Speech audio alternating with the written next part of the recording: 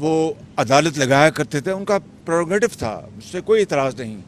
ہفتے کو اتوار کو یا تو یتیموں اور بیواؤں کی دادرسی کر رہے ہوتے، یا پاکستان میں کرپشن کی بیخ کنی کر رہے ہوتے، یا پاکستان کے اندر جو لوگ کام نہیں کرتے ان کے خلاف کیس سن رہے ہوتے، یا ظلم اور زیادتی. کیا کیسے تھے 56 کمپنیاں، 56 کمپنیوں بڑا، اور اتنا بدنام کیا مجھے اس 56 کمپنیوں کو کیس نے جس کا حد و حساب نہیں. آج اس بات کو 4 سال گزر گئے ہیں، وہ 56 کمپنیاں کہاں گئیں؟ ان کے خلاف کہا جی اربوں روپے کی کرپشن ہوئی ہے، وہ کرپشن کہاں گئی؟ میں سابق چیف جسٹس صاحب سے بھی، ان سے بھی میں سوال پوچھنا چاہتا ہوں، اور آج اس نظام سے بھی. وہ 56 کمپنیاں صرف شاباش، حالانکہ ان 56 کمپنیوں میں پچھلی حکومتوں نے بھی کچھ کمپنیاں بنائی تھیں. میں تو الحمدللہ اللہ تعالیٰ کے فضل و کرم سے ان کمپنیوں سے دن رات کام لیا اور ملک کی تقدیر بدلی. چاہے وہ سیف سٹی تھا، وہ کمپنی تھی، چاہے وہ یہ آپ کی یہ میٹرو تھی، اورنج لائن تھی، یا پھر اور بے شمار میں آپ کو بتا سکتا ہوں لینڈ ریفارم کمپنی، جس سے 5 کروڑ دیہی کسانوں کو فائدہ پہنچا اور ان کو آدھے گھنٹے میں ان کو ملتی تھی وہ کیا کہتے ہیں ٹائٹل ڈیڈ. اب وہ نظام پھر سنا ہے، وہ دوبارہ پٹواریوں اور تحصیلدار، میں تفصیل میں نہیں جا رہا. پھر جناب صاف کمپنی میں مجھے بلایا گیا، عدالت، یہ عدالت حکم دے میں پیش ہوں گا تو میں عدالت عظمیٰ اور عدالت عالیہ کا حکم کیوں نہیں مانوں گا سر آنکھوں پر. لیکن کس طرح بلا کر بدنام کیا گیا صاف پانی کے حوالے سے، اور کس طرح آج صاف پانی کہاں ہے. یہ ہیں وہ بڑے تلخ باتیں. کیا اس کے بعد عمران نیازی کو کسی عدالت نے طلب کیا؟ اب وہ خود تسلیم کر رہا ہے، خود، اور کہہ رہا ہے کہ میں نے 5 ووٹ خریدے ہیں، ضمیر فروشی کی ہے، پیسہ برباد کیا ہے. اور عمران نیازی کیا کہتے تھے؟ سن لیجئے آڈیوز کے اوپر، کہ جو ضمیر فروشی کرے گا، یہ کرتا ہے، ان کے بچوں سے کوئی شادی نہ کرے. یہ میں نہیں کہہ رہا، عمران نیازی کہہ رہا. بھائی بات سن لیں ذرا مہربانی کر کے، یہ میں نہیں کہہ رہا. اور جو یہ حرکت کرتا ہے وہ مشرک ہے، اس نے شرک کیا. اتنے بڑے بڑے فتوے دے دیے، اور دوسری طرف بات کرتے ہیں ریاست مدینہ کی. میں کیا کہا کرتا تھا کہ خوف آتا ہے جب کوئی آدمی ریاست مدینہ کی بات کرتا ہے. وہ کہاں ریاست مدینہ، کہاں ہم خطا کار گناہ گار لوگ. کاش کہ ریاست مدینہ کی جو ہلکی سی جھلک بھی ہم اپنے معاشرے میں لے آئیں تو اللہ تعالیٰ شاید ہم سب کے اجتماعی گناہوں کو معاف کر دے گا.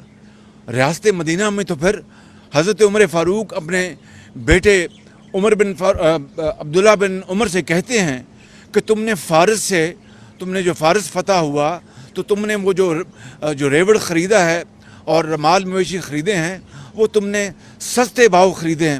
اس نے کہا نہیں ابا جان، میں نے تو جو مارکیٹ کا ریٹ تھا اس پہ لینے نہیں، بالکل نہیں. ان سرداروں نے تمہیں اس لیے سستا مال بیچا ہے کہ تم خلیفہ وقت کے بیٹے ہو، اتنے جو درہم ہیں جو بیت المال میں جمع کرا دو.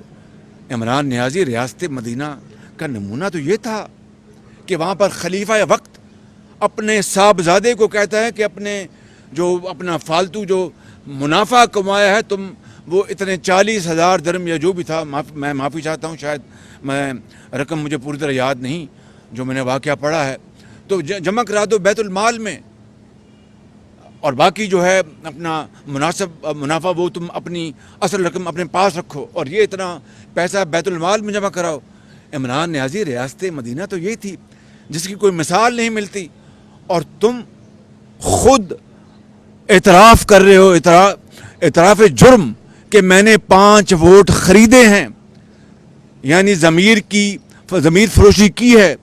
اور یہ جو کیا کہتے ہیں وہ کوئلے کی دلالی میں کوئلوں کی دلالی میں منہ کالا، یعنی یہ تم نے یہ کیا، اور بات دن رات ریاست مدینہ کی کرتے ہو.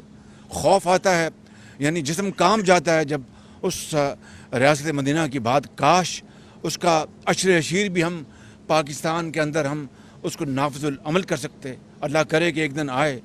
تو یہ دن رات جھوٹ بولنا، دن رات پاکستان کو بدنام کرنا، کس طرح پاکستان کے تعلقات امریکہ سے اپنا برباد کیے گئے اور اب ہم اس کو تنکا جوڑ رہے ہیں کہ تعلقات کو ٹھیک کیا جائے، اس سے بڑی خیانت، اس سے بڑی پاکستان کے خلاف سازش، اس سے بڑی میں سمجھتا ہوں کہ ایک گھٹیا ذہنیت کی مثال میں نے دنیا میں شاید ہی کبھی دیکھی ہو۔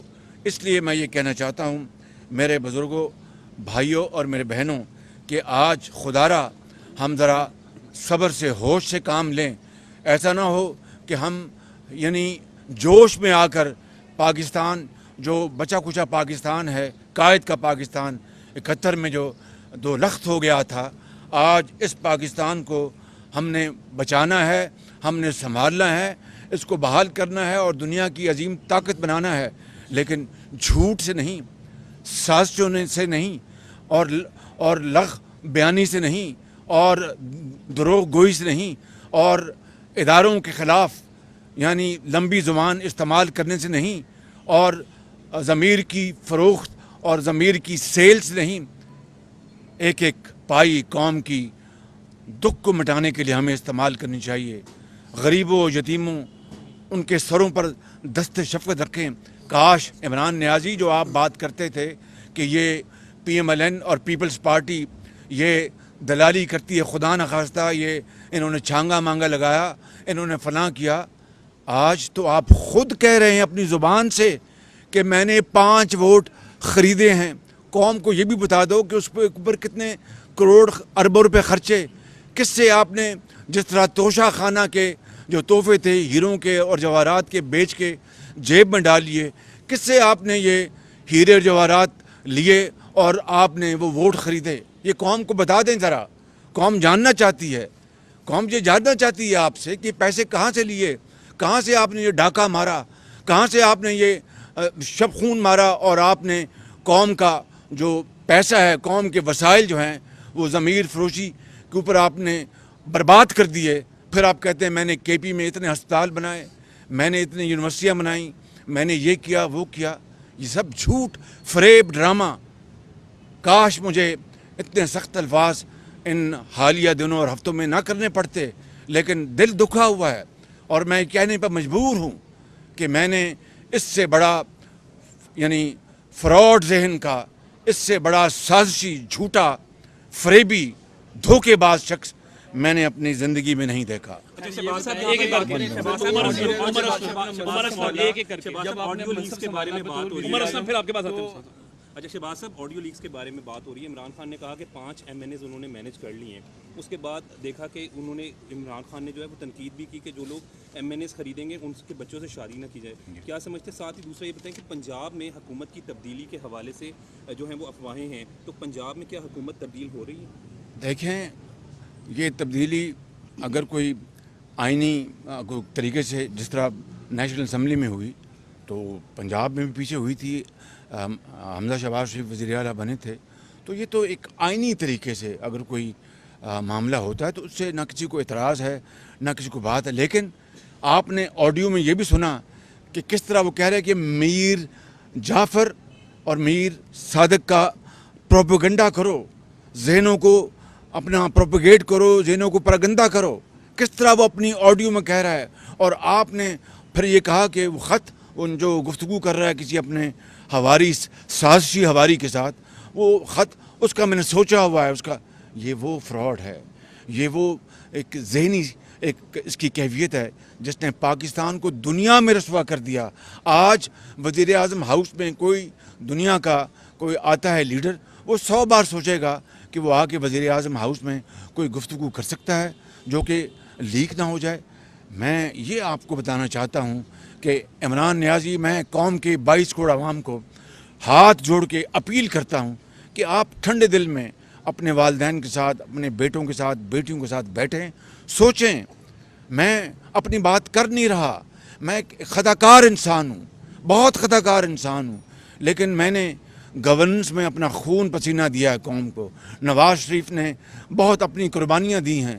نواز شریف کے دور میں پاکستان ایٹمی طاقت بنا، نواز شریف کے دور میں پاکستان سے 20-20 گھنٹے کی جو لوڈ شیڈنگ ختم ہوئی، نواز شریف کے دور میں یہ میٹروز اور پبلک ٹرانسپورٹ بنی، نواز شریف کے دور میں کسانوں کو آدھی قیمت پر کھاد دی گئی، نواز شریف کے دور میں کسانوں کے ٹیوب ویلوں کو بجلی سستی دی گئی، نواز شریف کے دور میں پاکستان ترقی اور خوشحالی کی اونچائیوں اور بلندیوں پر پہنچا، نواز شریف کے دور میں پاکستان کی جو معیشت تھی وہ 5.8% پہ پہنچ گئی۔ آج عمران خان نیازی سے جب ہم نے یہ حکومت سنبھالی تو یقین کریں کہ پاکستان کی معاشی کشتی وہ ہچکولے رہ رہی تھی، بالکل ڈیفالٹ پر پہنچی ہوئی تھی، دیوالیہ پن پر پہنچی ہوئی تھی۔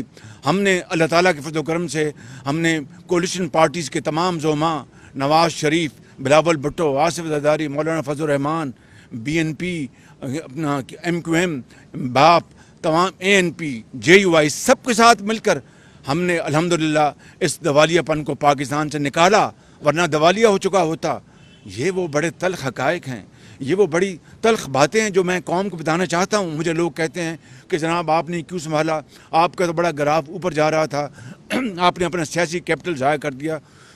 میں آپ کو کہنا چاہتا ہوں کہ میرا سیاسی کیپٹل یا میرے قائد نواز شریف کا سیاسی کیپٹل پاکستان پر ایک مرتبہ نہیں، کروڑ مرتبہ نہیں، اربوں مرتبہ قربان۔ پاکستان اگر اپنے پاؤں پہ کھڑا ہوتا ہے، پاکستان کے عوام اگر خوشحالی اور یہ بیماری اور جو غربت اور بے روزگاری سے نکل آتے ہیں تو اس سے بڑی کوئی قربانی نہیں ہے۔ جب آپ نے پرائم منسٹر کا منصب سنبھالا تو بہت زیادہ مہنگائی تھی۔ عثمان بھٹی صاحب، ڈالر کی قیمت، جب آپ نے اپنا پرائم منسٹر کا منصب سنبھالا تو بہت زیادہ مہنگائی تھی۔ اب دیکھا گیا ہے کہ ڈالر کی قیمت جو ہے وہ نیچے آ رہی ہے اور روپیہ مستحکم ہو رہا ہے۔ آنے والے وقتوں میں عوام کو آپ سمجھتے ہیں کہ کافی ریلیف ملے گا؟ اگر عمران خان اسلام آباد پر دھرنا دیتا ہے تو وفاقی حکومت انتظامات وہ میں علیحدہ بات کروں گا۔ الحمدللہ ڈالر نیچے آ رہا ہے اور یہ اللہ تعالیٰ کا خاص کرم، عوام کی دعائیں اور یہ اسحاق ڈار صاحب کی محنت ہے۔ اللہ تعالیٰ کرم کرے گا، پاکستان زندہ باد۔